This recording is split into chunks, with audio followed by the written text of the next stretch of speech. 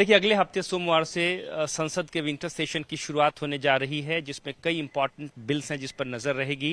जो जानकारी हमें मिल रही है उसके हिसाब से सरकार आईबीसी अमेंडमेंट बिल 2024 पेश कर सकती है। हालांकि औपचारिक रूप से बिजनेस लिस्ट में इसको शामिल नहीं किया गया है, लेकिन जो जानकारी हमें मिल रही है उसके हिसाब से मिनिस्ट्री ऑफ कॉर्पोरेट अफेयर्स ने इस बिल को अंतिम रूप दे दिया है और इस बात की संभावना है कि विंटर सेशन में इसको इंट्रोड्यूस किया जाए।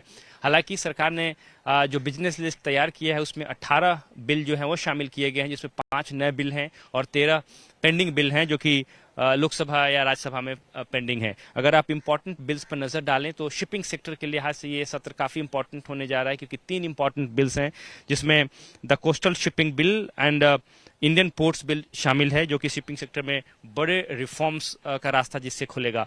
इसके अलावा एक और इम्पॉर्टेंट बिल है द मर्चेंट शिपिंग बिल, जो कि ये इंश्योर करेगा कि जो इंडिया का ऑब्लिगेशन है मैरीटाइम ट्रीटीज के तहत उसको कैसे इंश्योर किया जाए। इसके अलावा राजनीतिक परिप्रेक्ष्य में देखें तो द वक्फ अमेंडमेंट बिल, जिसके काफी इंपॉर्टेंट पॉलिटिकल सिग्निफिकेंस है, उसको भी लिस्ट कराया गया है। उम्मीद ये की जा रही है कि ज्वाइंट कमेटी विंटर सेशन के दौरान अपनी रिपोर्ट सबमिट करेगी और फिर इस बिल पर चर्चा की शुरुआत होगी। इसके अलावा एक और इम्पॉर्टेंट बिल है राष्ट्रीय सहकारी विश्वविद्यालय के गठन से संबंधित, इसको भी सरकार विंटर सेशन में इंट्रोड्यूस कर सकती है। लेकिन एक और इम्पॉर्टेंट पक्ष है वो ये है कि जो बिजनेस लिस्ट सरकार ने तैयार किए हैं उसमें इंश्योरेंस अमेंडमेंट बिल को शामिल नहीं किया गया है। अब ये देखने वाली बात होगी कि क्या सरकार इसको विंटर सेशन में इंट्रोड्यूस करती है या उसके बाद इसको लाया जाता है।